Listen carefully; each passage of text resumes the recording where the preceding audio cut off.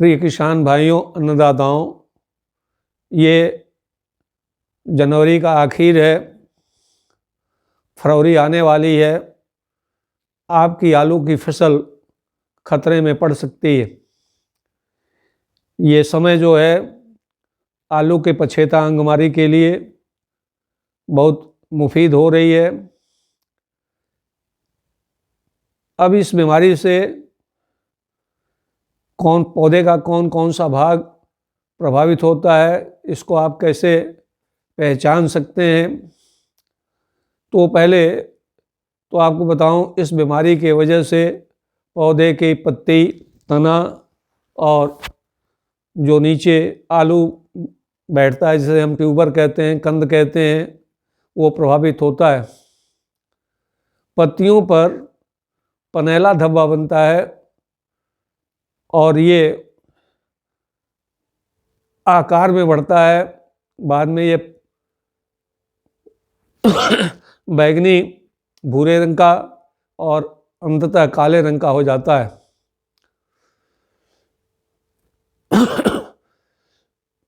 पत्ती के निचले सतह पर जहाँ धब्बा होता है, उस पर कुछ सफ़ेद रंग की वृद्धि दिखाई पड़ती है, रोएदार रचना दिखाई पड़ती है। वो फंगस का स्ट्रक्चर होता है। बीमारी पत्ती के पर्णवृंत और स्टेम पर भी दिखाई पड़ता है। कभी कभी ये तने के गांठों पर भी इसकी बीमारी दिखाई पड़ती है, इसका सिम्टम दिखाई पड़ता है। जहाँ पौधे पर ये धब्बा बनता है, वहाँ से तना टूट जाता है और लटक जाता है। कंदों पर बैंगनी भूरे रंग के धब्बे या मूर्छे के रंग के धब्बे दिखाई पड़ते हैं। ये ऊतक मर जाते हैं।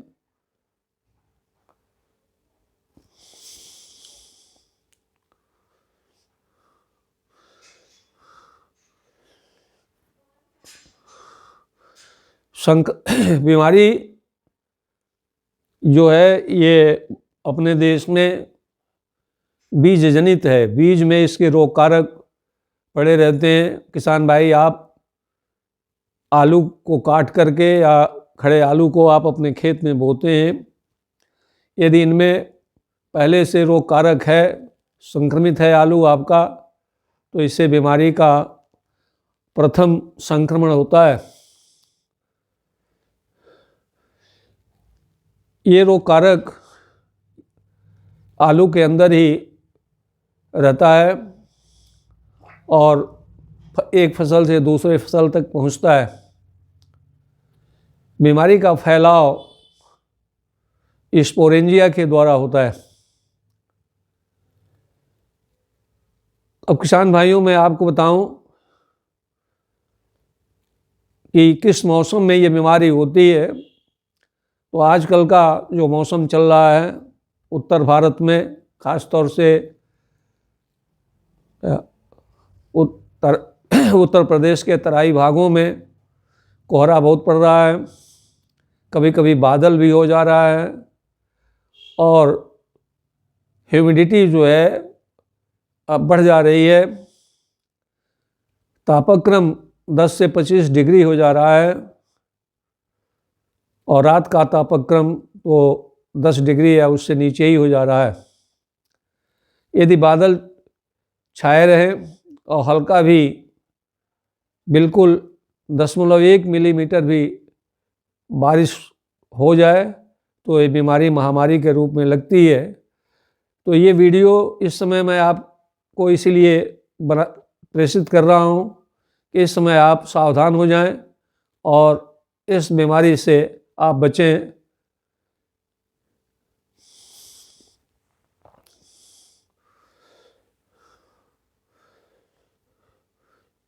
अब मैं आपको बीमारी से कैसे आप बचेंगे उसका उपाय बता रहा हूँ। यदि आपको बीमारी ज्यों ही दिखे, जीनेब नाम मैंकोजेब अथवा जीनेब नाम की दवा का 0.2% का घोल बना करके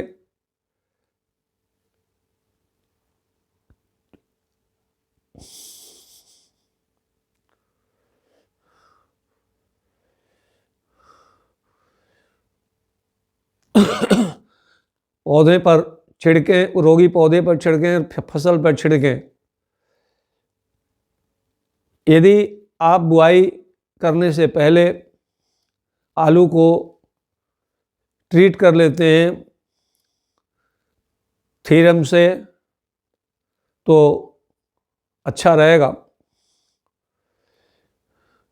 आपके आलू पर रोग कारक न पहुँचे तो आप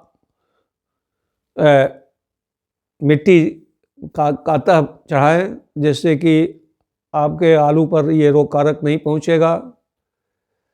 और किसान भाइयों, कुछ जातियां हैं जैसे कुफरी नवीन, कुफरी जीवन, कुफरी अलंकार, कुफरी खासी, गारो और कुफरी मोती।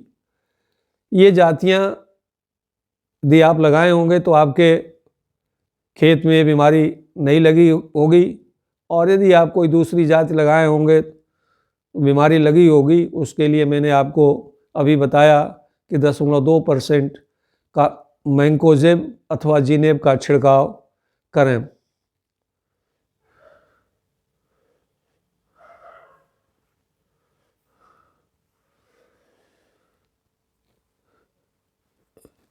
किसान भाइयों, एक बहुत महत्वपूर्ण आपको बता रहा हूँ।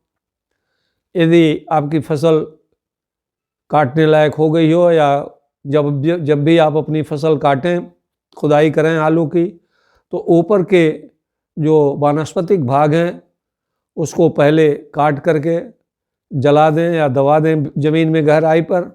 उसके बाद आप खुदाई करेंगे तो जो फंगस के स्पोर सतह पर रहेंगे, जो भूमि पर रहेंगे, वो आपके कंद को संक्रमित नहीं करेंगे।